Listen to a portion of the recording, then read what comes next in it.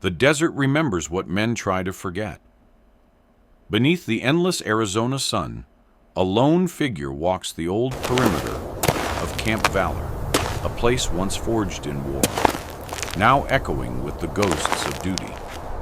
His boots crunch the red dust of memory, and beside him pads a faithful German Malinois, eyes sharp, coat kissed by sand and age. He's not here for glory, nor nostalgia. He's here because something inside the wire has gone wrong, and some memories, once awakened, refuse to die. The morning sun poured over the Arizona desert like molten gold, spilling across the sand dunes that surrounded Camp Valor. The air shimmered with heat, and the metallic scent of dust mixed with oil drifted through the wind. Earl Donovan walked the perimeter fence with the slow steadiness of a man who had measured every step 1,000 times before. 72 years old, lean but broad-shouldered, his posture still carried the symmetry of a soldier. Deep lines marked his tanned face, the kind carved by years of sunlight and silence rather than time. His gray hair was cropped close, his beard short and silvered, and his blue eyes, sharp, unblinking, scanned each section of wire with quiet precision. He carried a small notebook and a wrench, his tools of routine inspection. To most, he looked like an old maintenance worker. Only the way he moved, deliberate, economical, always alert, betrayed something more. Beside him trotted Ranger, a German Malinois whose coat gleamed a dusty gold under the sun. The dog's right ear was torn at the tip, a scar from his service years in Afghanistan. He was 10 now, too old for war, but still built like it. His gait was smooth, disciplined, and every so often his nose dipped toward the ground, reading scents the wind carried like hidden messages.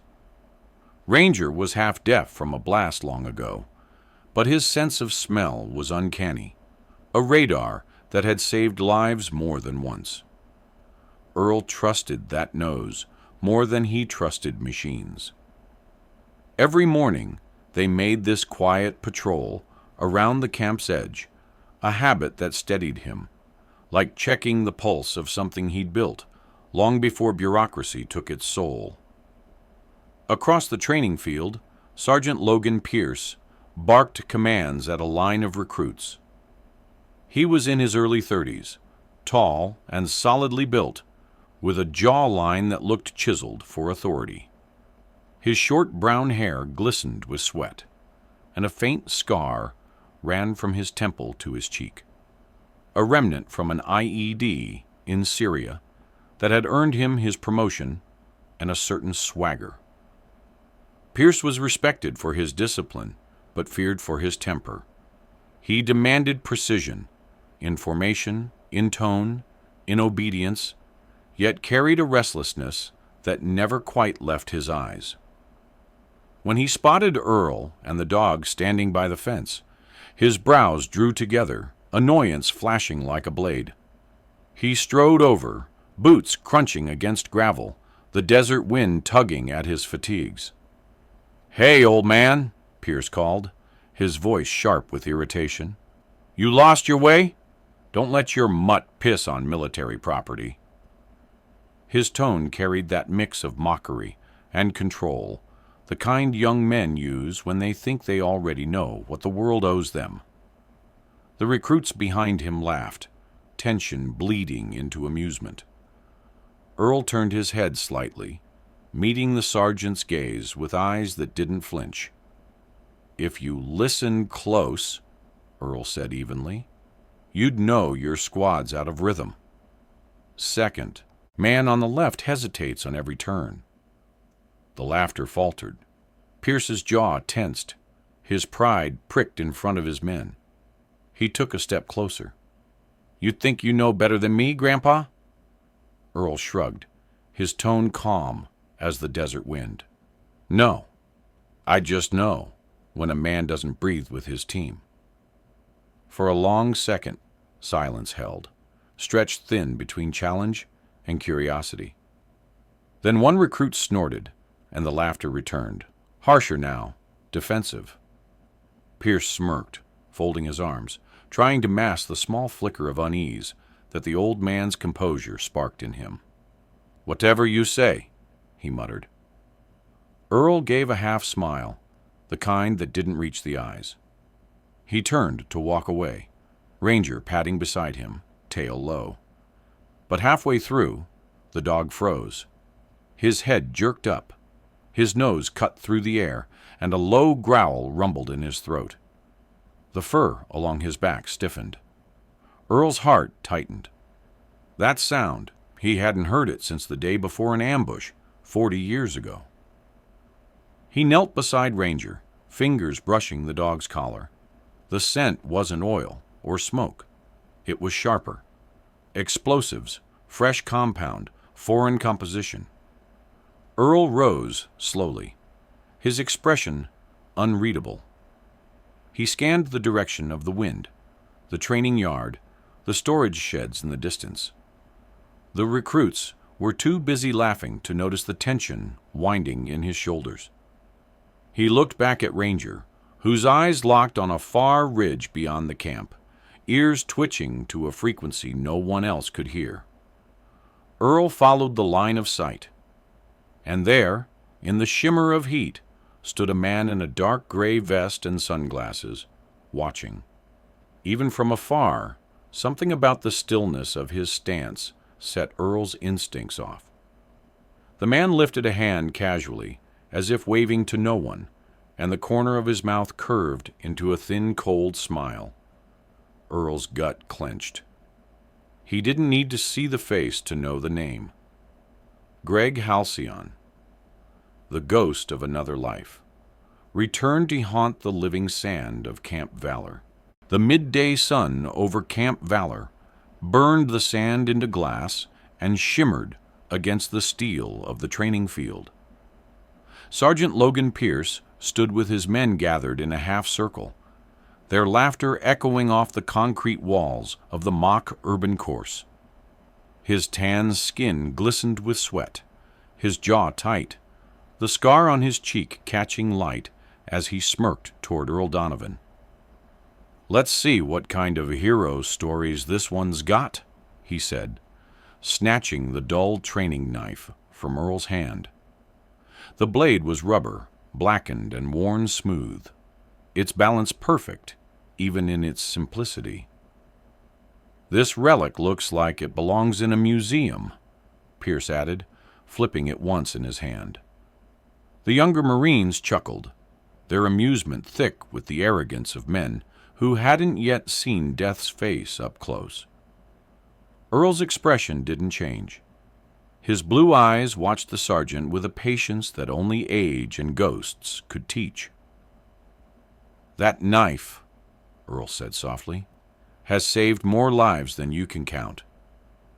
The words weren't a boast, but a remembrance. Pierce laughed louder, pretending not to feel the faint prickle at the back of his neck. Ranger stood beside his master, tail stiff, body angled toward the wind. The dog's nostrils flared once, twice, and a low rumble began deep in his chest. His golden coat bristled, head lifting sharply toward the northern storage yard. Earl noticed instantly, the tension rolling through his spine like a returning instinct. "Easy, boy," he murmured, one hand pressing gently against Ranger's neck, but his gaze followed the dog's focus. Over by the equipment hangar, a convoy of supply trucks had arrived earlier than scheduled. One of the drivers, a tall man with dark skin and a clean-shaven jaw, stood beside the truck, clipboard in hand. His name tag read, Private Miles Carter. Miles was only 20, new to the base, with eyes still too open, too trusting. Earl caught the boy's glance and saw uncertainty there, the kind that came from following orders you didn't fully understand. A voice broke the tension. "Gentlemen," said Greg Halcyon as he approached, his polished shoes crunching against the gravel. The tailored gray vest, the pressed shirt, and the glint of a gold watch made him look wildly out of place in the desert heat. His dark hair was slicked back, not a strand disturbed, and his smile was all charm and poison. He extended a hand toward Pierce. "Greg Halcyon, Halcyon Arms. I'm the safety supervisor for today's demo. I couldn't help but overhear." His handshake was firm, his gaze sharp like glass. Pierce straightened unconsciously, recognizing a man with influence. Greg turned to Earl with an almost polite sneer. "Mr. Donovan, isn't it? I've heard your name around. The legend who designed this place." His tone was honey over steel. "You must be proud. The new tech has made it much more efficient." Earl's eyes narrowed. "Efficient isn't the same as safe." Greg's smile didn't falter. "Safety is exactly what we're here to test." Pierce crossed his arms. "You've got a demo this afternoon, right? I think we should invite Mr. Donovan here to participate." Greg chuckled, tapping his watch. "Excellent idea. Let him see how the new generation works." Then, lowering his voice so only Pierce could hear, he added, "It'll be good for morale. Shows the men the difference between the past and progress." Pierce grinned, pride swelling. He didn't notice the subtle flicker of Greg's thumb across his smartwatch screen, a silent authorization code syncing to the camp's explosive control system. Earl noticed, though, the faint pulse of light, the way Greg's eyes lingered on the northern compound where the storage sheds gleamed too cleanly in the sun. He said nothing yet, but Ranger's ears pricked higher, tail trembling with alertness. The afternoon rolled closer.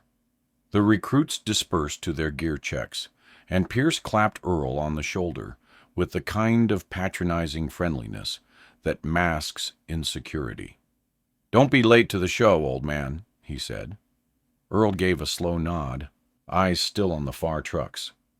Something inside him, the part that once calculated threats in jungles and tunnels, was awake again. Ranger pressed against his leg, whining low. Earl crouched, brushing a hand over the dog's head. "I smell it, too," he whispered. The scent wasn't just gun oil. It was sharper, metallic, bitter, the smell of C4, unmistakable even after decades. Down by the warehouse, Private Miles watched two technicians, strangers in unmarked fatigues, unload crates stamped with red hazard tape. One of them noticed his stare and gave a grin too casual to be military. "Routine delivery, kid," the man said. Miles nodded, uneasy. He caught a glimpse of a small logo beneath the tape. Halcyon Arms. When he looked up again, Greg Halcyon was walking away from the scene, his vest immaculate, his phone glowing faintly in his hand. Back at the field, Ranger suddenly stiffened and let out a sharp, echoing bark, deep, insistent, cutting through the laughter of soldiers like a siren. The sound turned every head, even Pierce's. "What's wrong with your dog?" he snapped. Earl didn't answer. His gaze locked on the storage yard, where a small shimmer of heat distorted the air above a steel door. It wasn't heat. It was chemical vapor, a leak from a detonator compound. He felt his pulse settle into that steady rhythm he hadn't felt in years. "Something's wrong," he murmured. His voice was low, certain, and for the first time, Pierce felt the same uneasy chill crawl beneath his skin. In the distance, Greg Halcyon paused mid-stride and looked back, the corner of his mouth lifting into that same cold smile as the desert wind began to howl. The sun had begun to dip, staining the desert sky with the color of old blood. Inside the northern storage warehouse, the air hung thick with the metallic smell of oil sand, and something sharper that only a soldier would recognize. Earl Donovan moved between crates with deliberate slowness, the kind of caution born from decades of expecting traps. His gray hair caught the amber light seeping through the high windows, and sweat traced fine lines along the creases of his brow. He was alone, except for Ranger, who padded beside him, nose twitching, breath short and tense. The dog's golden coat shimmered faintly in the dim glow, his body low, tail stiff. Every few steps, he stopped, sniffed, and gave a low growl, eyes locked on the far wall. Earl followed his lead, his fingers brushing against a crate marked in red letters. Training ammo, simunition. The label looked new, too new, the ink unscuffed by dust. He popped the latch with the edge of his knife and peeled back the lid. Beneath the first layer of paint-marked rounds lay a deeper layer of brass-tipped cartridges. Real ammunition. Live. Son of a gun, he muttered, his voice low and grim. Behind him, the warehouse door creaked open, and Private Miles Carter stepped inside, the boy's nervous energy radiating from his every movement. His dark eyes darted across the room, landing on Earl. "Sir, you're not supposed to be in here without—" His words died as he saw the open crate. Earl turned, calm but firm. "Shut the door, son. Quietly." Miles hesitated, swallowed hard, then obeyed. The boy's hands trembled slightly. He was the kind who followed rules until the rules stopped making sense. His uniform hung a bit loose on his tall, lean frame, and a small scar above his left eyebrow hinted at some old accident, maybe back home before the Corps. Earl saw that kind of scar before, the kind that made a man afraid to make another mistake. "You didn't load these crates, did you?" Earl asked. Miles shook his head quickly. "No, sir. They came sealed this morning, from Halcyon Arms." The name landed like a stone in Earl's gut. He ran a thumb along one of the brass casings, eyes narrowing. The metal was warm, unnaturally so. Static residue. "They've been tampered with," he said quietly. Ranger moved to the far wall and began to paw at it, claws clicking against sheet metal. Earl crouched beside him and pressed his ear close. The faintest hum vibrated through the wall, mechanical, rhythmic. Not power lines, not ventilation. "Remote detonator," he whispered. He stood and turned to Miles, who now looked pale, his Adam's apple bobbing. "Go find Sergeant Pierce. Tell him to suspend all exercises until I say otherwise." Miles blinked, confused. "Sir, I can't just—" "Do it!" Earl barked, the sharp edge of command cutting through his tone, startlingly authoritative for a man who wasn't supposed to hold rank anymore. Miles nodded and bolted out the door. Earl exhaled, the old ache in his chest stirring again. That familiar burn of helplessness before something bad happens. As he moved closer to the humming wall, his vision began to blur, not from age, but from memory. The heat faded, replaced by the sticky dampness of jungle air. The concrete walls dissolved into mud and roots. He was 20 again, crawling through a tunnel in Laos, with a K-bar clenched between his teeth and another dog, a black shepherd named Max, leading the way. Max had stopped suddenly back then too, ears perked, body trembling, the same way Ranger was standing now. A heartbeat later, the tunnel ahead had erupted with gunfire, dirt collapsing inward, and Max had leapt forward into darkness, taking the bullet meant for him. The sound of that bark still haunted him, the sharp, desperate warning before silence. Earl pressed his palm to the wall, shaking off the ghost. "Not this time," he murmured. The door burst open again. Pierce stormed in, jaw tight, his eyes flashing annoyance. "What the hell are you doing in here, old man? I told you to stay off restricted property." Earl turned slowly, his expression calm but cold. "Restricted property's about to become a crater if you don't listen." Pierce scoffed. "You're overreacting. We use live rounds sometimes for realism. It's all accounted for." Earl gestured to the humming wall. "You hear that? That's not realism, son. That's a trigger frequency. Somebody's wired this place to blow during your precious demonstration." For a second, Pierce hesitated, uncertainty flickering behind his confidence. Then pride snapped it shut. "You're not in charge here, Donovan. I'll handle it." He turned toward the door, signaling an end to the conversation. Earl's hand shot out, grabbing the sergeant's sleeve. "You're not listening. The desert's talking, and it's saying death's coming."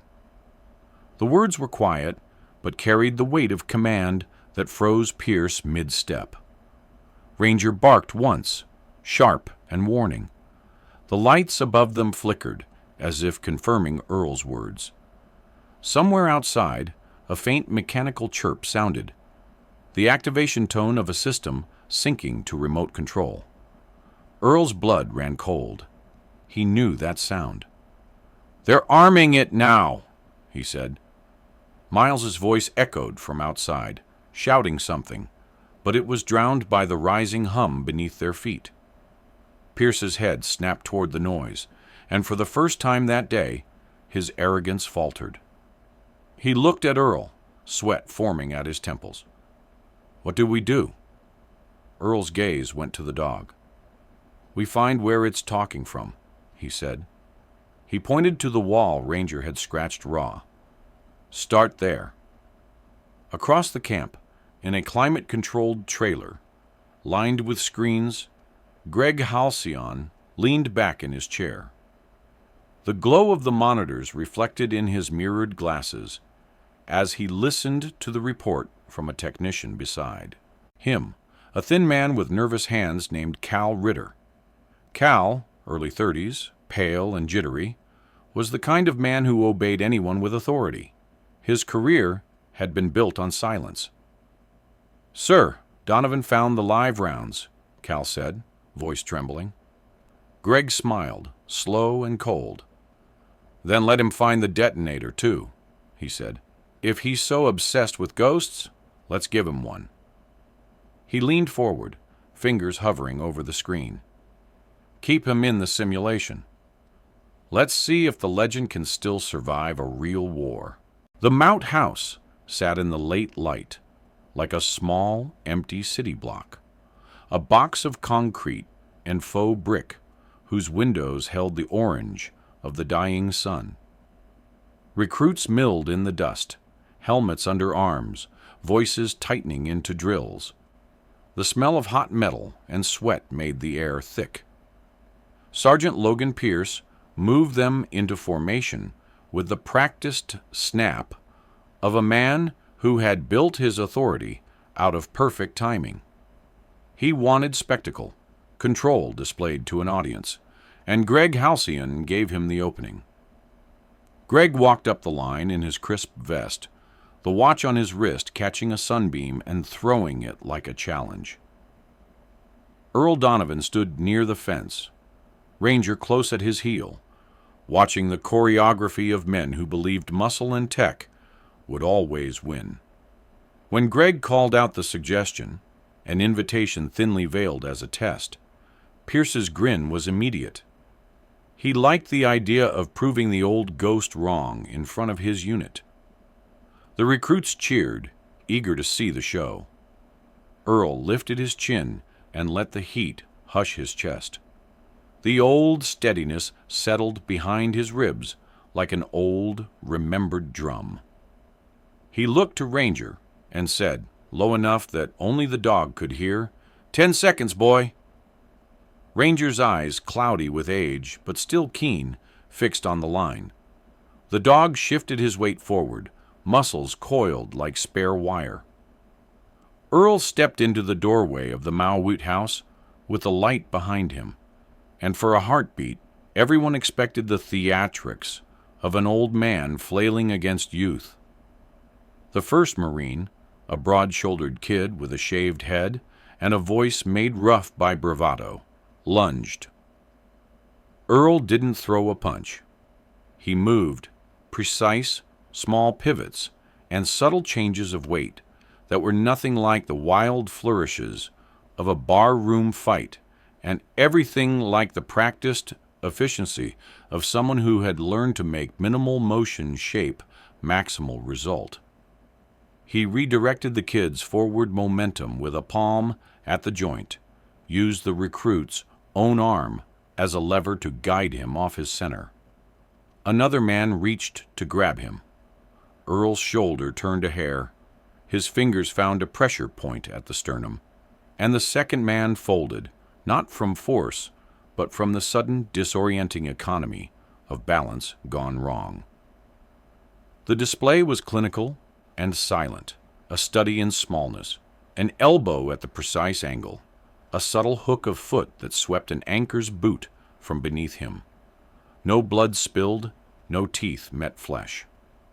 The 5 Marines hit the ground in a chaotic heap inside 10 seconds, breaths shallow and egos bruised.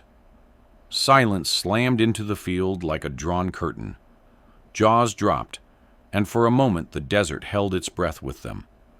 Then Ranger barked, a long, urgent sound that cleaved the hush.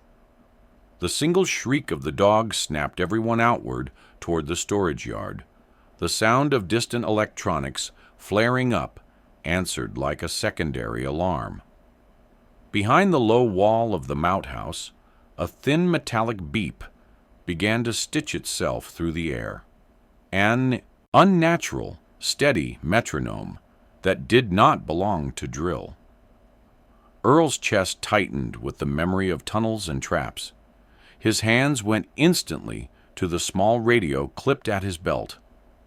At the same time, somewhere in the command trailer, a soft chime played on Greg Halcyon's monitor as if applauding. He watched the feed of the field, saw the recruits sprawled, and hearing the dog, and a cold smile creased his face. In one practice movement, he brought his hand to the compact keyboard and hit a key, the kind of motion made by men accustomed to deciding in seconds the fates of others.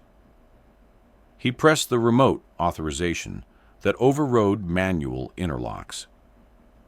"Now," he breathed, not to anyone in particular, but as a benediction to the plan he had laid. Around the fence, the murmurs shifted into panic as the beep sped into a faster pattern, and red warning lights on auxiliary poles began to flicker. Pierce scrambled to his feet, voice cracking for the first time that day.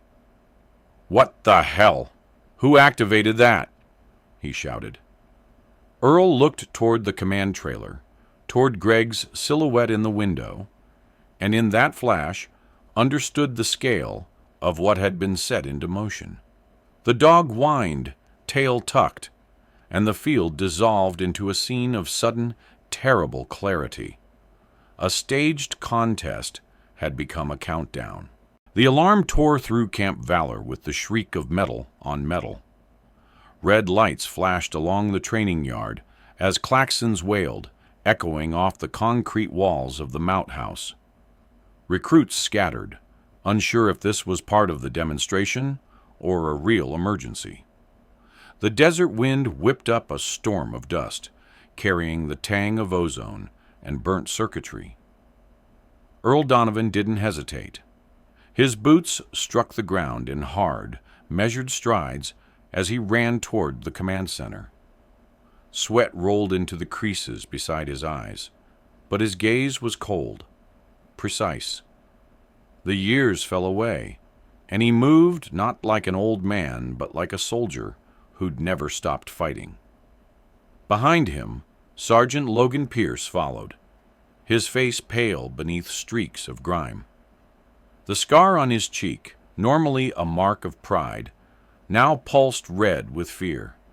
"You better be right about this, old man," he shouted. Earl didn't look back. "You'll wish I wasn't if I'm wrong," he replied, voice clipped and steady. Inside the control room, the hum of machines had turned into a deafening chorus. Rows of monitors flickered with static as Greg Halcyon stood at the central console, his gray vest immaculate despite the chaos. His tie had come loose, giving him the look of a corporate predator, cornered yet calm. His dark hair gleamed under the emergency lights. "Mr. Donovan," he said with theatrical politeness, "you have an uncanny talent for being in the wrong place at the right time." Beside him, Cal Ritter, pale, jittery, and sweating through his uniform shirt, typed frantically, his fingers trembling over the keyboard. "Sir, the override loop is locking faster than predicted," he stammered. Greg didn't glance his way. "You're here to type, not to think," he said coldly. Earl slammed the door open, breath steady, Ranger nowhere in sight. "End it, Greg. This isn't your war to fight." Greg smiled, almost pitying. "Oh, but it is. You built this field. You trained them. You created a generation that forgot what war costs. I'm just reminding them." Earl advanced, every muscle taut. "You're not teaching them. You're erasing them." Greg's jaw clenched, something sharp flashing in his eyes, the fury of a man who once followed orders and was discarded. "You don't remember me, do you? Halcyon, Project Ghost Recon, 91. You left me behind on the test range when the gas hit. You got your medals, and I got scars." He yanked up his sleeve. A pale web of burn tissue crawled up his forearm. "You made me this." Earl's breath caught for a fraction of a second. He did remember. A botched field test in Nevada. Orders to evacuate. A man missing in the smoke. "You lived," Earl said quietly. "That was the point." Greg's laugh was brittle. "Living isn't the same as surviving." He tapped a key, and the base intercom screamed with the synthetic countdown. 10, 9, 8. Outside, Ranger sprinted across the field, his paws kicking up trails of red dust. His chest heaved, lungs rasping, but his focus never wavered. He'd locked onto the smell, chemical, bitter, electric, leading toward the storage yard. Near the southern warehouse, Private Emma Brooks knelt by a tangled panel of wires. She was a small woman in her early 20s, freckles scattered over sun-browned skin, short auburn hair, matted with sweat under her helmet. Her green eyes darted from wire to wire, hands shaking. She was an analyst before joining the Corps, more used to data streams than detonators. Come on," she whispered, pulling her multi-tool from her belt. Then she heard the bark, sharp, commanding. Ranger skidded to her side, tongue lolling, fur streaked with dust. "You again," she breathed, relief flooding her. She followed his nose to the fuse box. Her radio crackled, and Earl's voice cut through static. "Brooks, yellow fuse. When I count to 2, pull it. Don't hesitate." Her voice trembled. "Sir, what if—" "Don't think. Just pull." Back in the control room, Pierce burst through the side door, his uniform torn, eyes wild. "Command lines are dead," he shouted. "It's manual now." Earl didn't answer.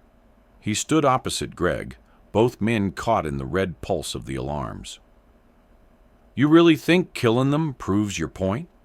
Greg leaned in, voice low and shaking with fanatic conviction. "No, Donovan, it proves yours. That control is an illusion." The intercom boomed. 3! Earl lunged forward, slamming his shoulder into Greg, sending the man sprawling against the console. The screen flashed warning codes. 2! Earl's radio hissed. "Now, Brooks!" he barked. Emma yanked the yellow fuse.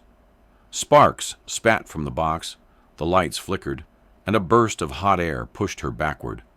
For a split second, The desert went silent. Then a thunderclap of released pressure tore across the base, not a blast, but a venting detonation. The wave of displaced air knocked Ranger off his paws. He rolled, whimpered, then staggered up again, tail tucked, ears ringing. The countdown cut off mid-word. In the control room, smoke poured from the console. Cal Ritter screamed and ducked under the desk. Greg, coughing, looked up at Earl through the haze. "You killed the power." Earl's face was ashen, but his voice was calm. "No, Greg. I killed your ghost." Greg's eyes widened as he realized the detonators had vented harmlessly through the safety exhausts he'd tried to disable. Earl sank into a chair, exhaustion settling into his bones as the alarms dimmed into silence. The echo of the venting detonation rolled across the desert like thunder stumbling over sand. For a long heartbeat, no one breathed. Then the alarms dimmed, replaced by a heavy, almost sacred silence. The smoke rising from the Mout House curled into the red evening sky, the color of rust and memory. Earl Donovan stood in the doorway, his frame outlined by the dull light. His shirt was torn, gray hair streaked with soot, but his posture was still straight, unyielding. The fine dust of burnt circuitry clung to his skin like ash from an old war. Ranger lay still at his feet, eyes closed, chest rising faintly. Earl dropped to one knee, his hand trembling only slightly as he rested it on the dog's side. "Come on, boy," he whispered. For a moment nothing moved. Then Ranger's tail gave one soft, tired thump against the floor. The breath Earl had been holding left him in a quiet exhale. "Good dog," he murmured, voice cracked from both smoke and relief. Behind him, Sergeant Pierce stumbled out of the haze, dropping to one knee. His face was streaked with grime and guilt, and the scar along his cheek had reopened, bleeding a thin red line. He pulled off his helmet and pressed a shaking hand to the floor. "I thought we were dead." Earl didn't look back. "You weren't. Not today." Pierce's eyes lifted to the old man's back, understanding dawning in his expression, that the man he mocked hours ago had just saved them all. A pair of armored Humvees screeched to a halt outside the compound gates as a helicopter descended, whipping up clouds of sand that swallowed the training yard. The thump of rotor blades filled the air, and from the open door stepped Colonel Ryan O'Neill, a tall, broad man in his 50s, with a square jaw and eyes like polished steel. His salt and pepper hair was cropped short, and though his uniform was immaculate, there was a tension in his movements, the habit of someone who'd seen combat too often and trusted peace too little. He barked orders to the arriving MPs, his deep voice cutting through the smoke.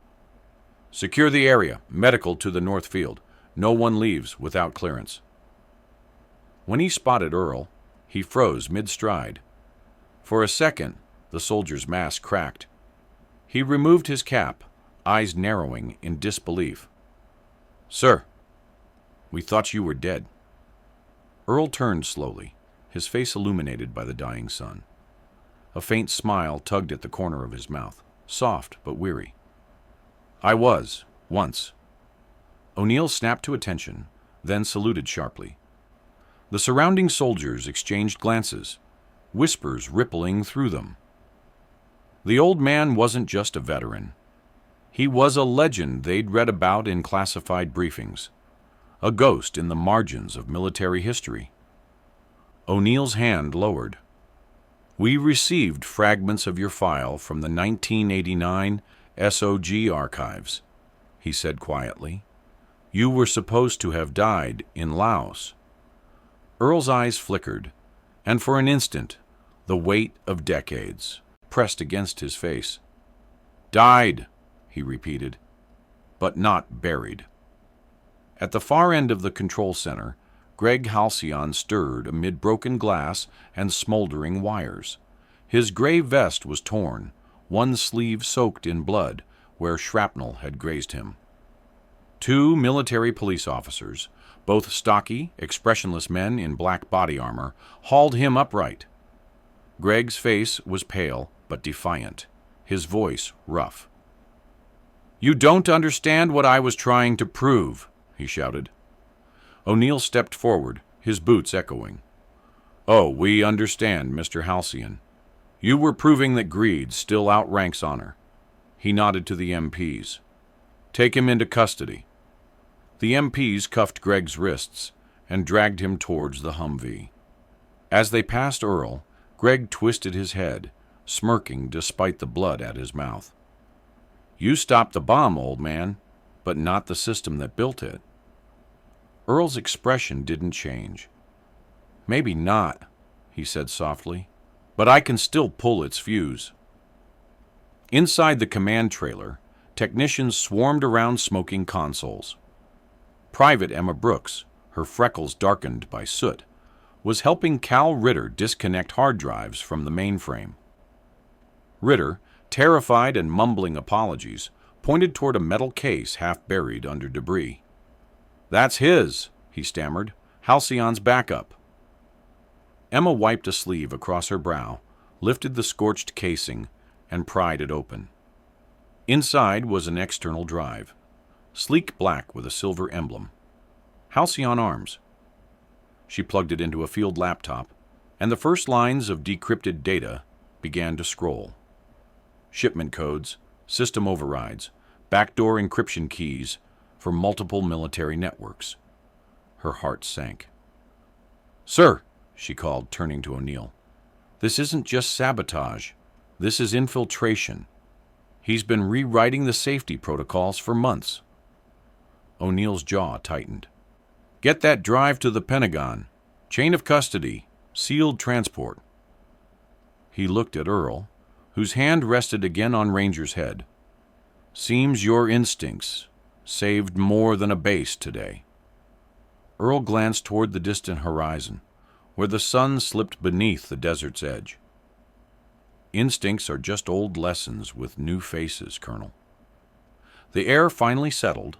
No sirens, no commands, just the soft hum of cooling machinery and the gentle panting of a dog that refused to quit.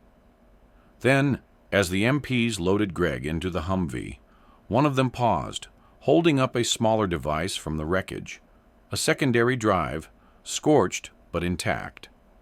"Sir," he said to O'Neill, "we found another one." The colonel frowned. "What's on it?" The MP turned the drive over. On the side, in faint etched letters, were the words, "Project Revenant, Phase 2. Earl's gaze darkened, the wind catching the edges of his torn sleeve. The desert, silent once more, seemed to hold its breath again. The dawn broke gently over the Arizona desert, washing Camp Valor in a pale gold light that made the newly repaired fences shimmer like threads of memory. The air still carried the faint tang of smoke and machine oil, but the chaos of yesterday had settled into a solemn calm. Soldiers moved with quiet purpose, some sweeping debris, others repainting the walls that had been scorched by the venting blast. A new sign stood at the main gate, a slab of brushed steel polished to a mirror shine. Across its surface, newly engraved letters caught the sun. Camp Valor, in honor of Master Sergeant Earl Ghost Donovan. Beneath it, someone had placed a single medal and a folded flag, not from any ceremony, but from gratitude unspoken. Earl stood before it, the desert wind tugging at his faded shirt. His reflection stared back from the medal, an old man's face marked by time, but the eyes still held the same calm blue as the morning sky. Beside him, Ranger sat proudly, his tail sweeping slow arcs in the dust, the bronze K9 Medal of Loyalty glinting on his collar. He didn't seem to understand its weight, only that every pat on the head meant he had done well. Colonel Ryan O'Neill stood a few steps away, clipboard in hand, his shadow long and sharp on the sand. The lines around his eyes seemed deeper today, but his expression was lighter, less burdened. "You know," he said quietly, "the Commandant himself approved that plaque this morning. They want to make this base a model for the new veteran training program." Earl gave a small nod. "Then make sure they learn the right things," he said. "Not just how to fight, how to listen." O'Neill smiled faintly. "We'll start with that." His gaze shifted toward the medical tent, where Greg Halcyon was being loaded into an armored transport, his arm in a sling, his face expressionless. The MPs secured the cuffs as the vehicle doors shut. Greg glanced once toward Earl before disappearing behind the steel doors. There was no rage this time, only exhaustion. The look of a man finally realizing the war he'd fought was never against the system, but himself. A few yards away, Sergeant Logan Pierce stood stiffly, his head bowed as O'Neill approached. His uniform was clean, the insignia on his shoulder freshly replaced with a lower rank. The demotion was official that morning. Yet when he lifted his head to meet O'Neill's eyes, his posture was steady, not defiant, but resolute. "I requested reassignment, sir," he said, "under Mr. Donovan's supervision. I want to learn what I missed." O'Neill studied him for a long moment, then nodded. "Request granted. Don't waste it." Pierce turned toward Earl, who had been watching silently. His face was still young, still carrying the pride of a Marine, but the arrogance had burned away, leaving something humbler in its place, the raw beginning of wisdom. Earl walked up to him, the gravel crunching beneath his boots. For a moment, neither man spoke. The desert breeze hissed between the training towers. Finally, Earl broke the silence. "You've got the technology," he said, his voice low but clear. "I've got the memory. But neither of those mean a damn thing without loyalty. That's the only thing that makes both worth keeping." Pierce nodded, the words settling deep. "Understood, sir," he said. Earl's lips curved in a thin smile. "Good. Then maybe this place still has a chance." The day unfolded slowly. Recruits gathered in formation on the training field, awaiting orders. The rhythm of their boots on the concrete was sharper now, more precise, not from fear, but from respect. Ranger lay in the shade, eyes half closed, his body relaxed yet alert. Every so often he'd lift his head when Earl's whistle cut across the yard, a signal from habit, not command. He'd trot over, lean his weight against the old man's leg, and let out a soft sigh as if reminding him, "The fight's over. We're still here." By late afternoon, the base shimmered under the rising heat. The air smelled of dust and paint, of something new rebuilding over what was nearly lost. Emma Brooks stood near the communications post, her helmet tucked under her arm, watching the recruits move. Her freckles glowed under the sun, and her expression was one of quiet pride. When she caught Earl's eye across the yard, she gave a small salute. He returned it with a nod. Behind her, a new generation of Marines drilled in unison, every footstep landing in perfect time. As the sun dipped low, Earl and Ranger walked along the outer fence, the same fence where everything had begun. The wind lifted the red dust around them, painting the air with a shimmer that caught the light like embers from an unseen fire. Earl's hand brushed the wire, tracing its cold, familiar rhythm. In the distance, the echo of marching boots rolled through the yard. Not chaotic, not proud, but steady, like the pulse of something reborn. He paused, looked down at Ranger, and smiled. "Come on, partner," he said softly. "Let's check the line." Together, man and dog walked into the fading horizon, silhouettes swallowed by the gold of evening. In the quiet wind that swept through Camp Valor, something holy lingered, not in miracles of thunder or flame, but in the simple grace of survival, loyalty, and forgiveness. Perhaps God's greatest miracles aren't seen in what He changes, but in what He allows us to remember, the courage to keep walking, the faith to forgive, and the love that never dies. If this story touched your heart, share it so others may feel the same light. Leave a comment about the battles you faced, and subscribe to join a community that believes hope still walks beside us. May God bless you, protect your home, and remind you, no matter how silent the desert, His voice still whispers through the wind.